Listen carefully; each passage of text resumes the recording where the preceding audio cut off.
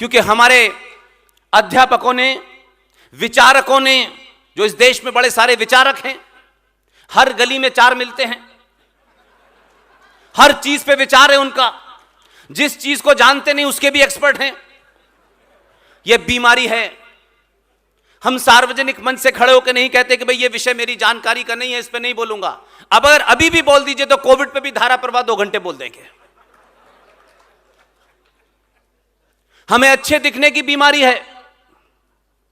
हम किसी भी तरह अच्छे दिखें, समाज के लोग हमारी तारीफ करें। दुनिया में दूसरों को अच्छे दिखने के लिए जो अपनी पहचान मिटा देते हैं, इतिहास उन्हें भी मिटा देता है।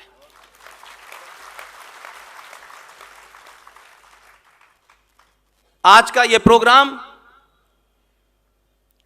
भारत विचार मंच ने रखा है। इसके तमाम पदाधिकारी जो मंच पे बैठे हैं, बहुत सारे लोग नीचे बैठे हैं। पिछले 24 घंटे से मुझे कोई तकलीफ ना हो उसका पूरा ख्याल रखा है। इसके लिए आप सबका धन्यवाद। खबर इतनी सी है कि 1946 में एक साहब प्रधानमंत्री बने थे। हमने ये भी पाप उनका एक्सेप्ट कर लिया। और इन तथ्यों को पढ़ने के लिए याद रखिए, सनातनी हिंदू की सबसे बड़ी कमजोरी थी कि वो सुनी सुनाई बातों का प्रचार करता है,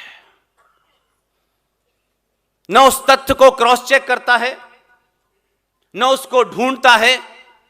बस किसी ने कह दिया है उसी को आगे बढ़ाता है। और इसी कारण आप पिछले कम से कम 100 साल से झूठ बोल रहे हैं। अनकॉन्शियस माइंड में झूठ इतना चला गया है कि आपको झूठ सुनना ही अच्छा लगता है।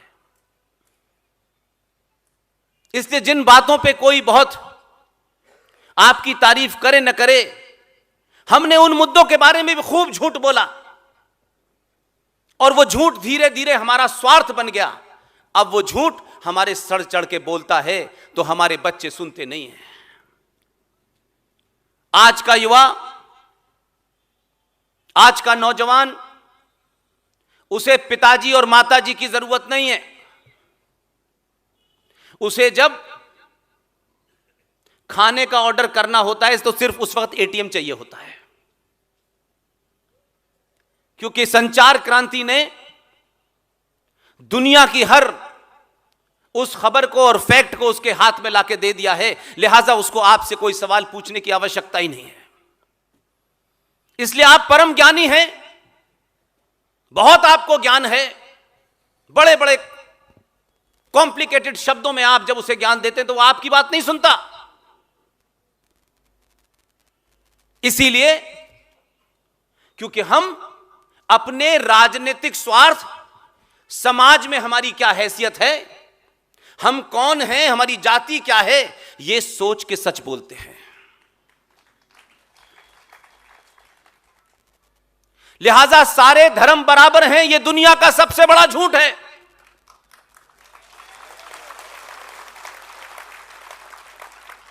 हमारे मठों में, आश्रमों में लाखों हमारे साधु संत होंगे। अफसोस के साथ कहना होता है मुझे, आज हमारे शंकराचार्य हैं, उनमें भी विवाद कोर्ट में चल रहा है। पहली बार देख रहा हूं कि राष्ट्र राज्य के पास निर्णय लेने के लिए जा रहा है। यह सामाजिक कमजोरी है हमारी कि राष्ट्र की व्यवस्था के लिए भी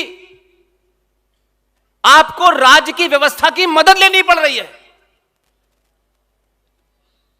ये कोर्ट कचहरी राज्य चलाने के लिए बनाए हैं, राष्ट्र चलाने के लिए नहीं बनाए गए हैं। इसलिए छोटी छोटी चीज में हमने ऐसे हालात पैदा कर दिए हैं यह किसी कायर समाज की पहली निशानी है कि वो समाज अपने बीच में अपनी बातों को, अपने फैसलों को, अपने झगड़ों को जो सुलझा नहीं सकता है वही कोर्ट कचहरी जाता है।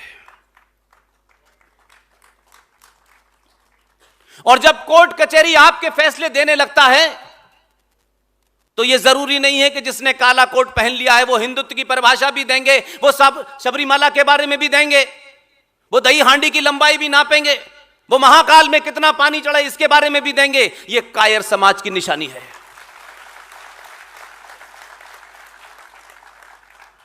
हमने इस भौतिक युद्ध में इतना लंबा रास्ता तय किया है कि आज सनातनी हिंदू के परिवार में बेडरूम के अंदर क्या होता है इसके बारे में भी कोर्ट डायरेक्शन दे रही है।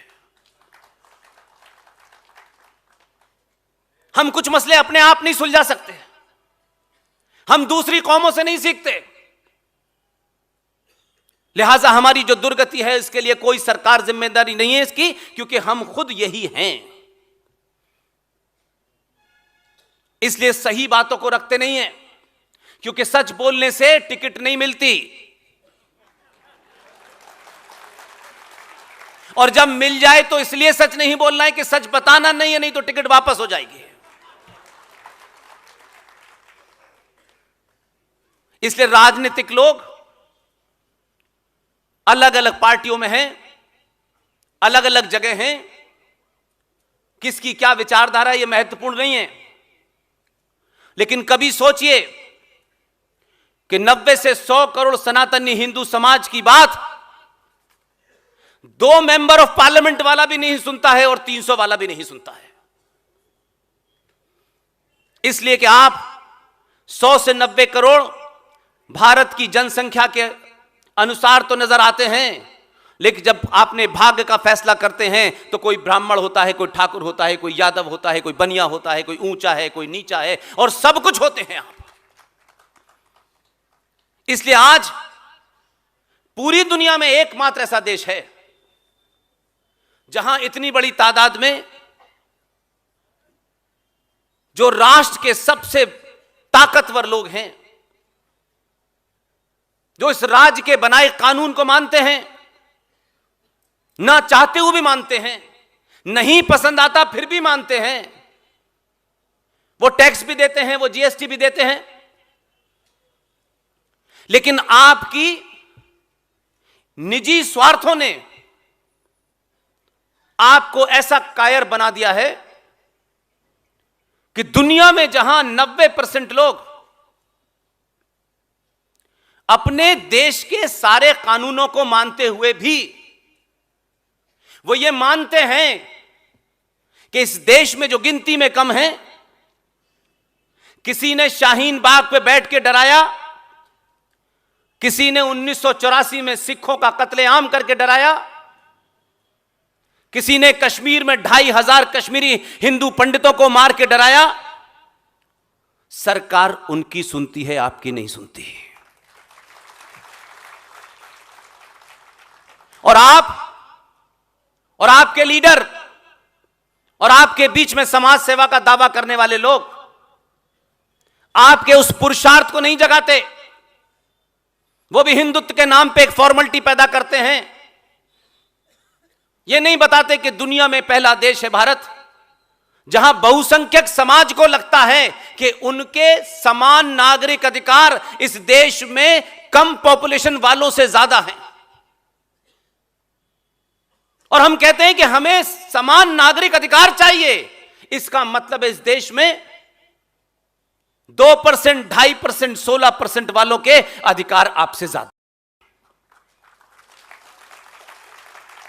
आप हर चीज का हल सरकार से चाहते हैं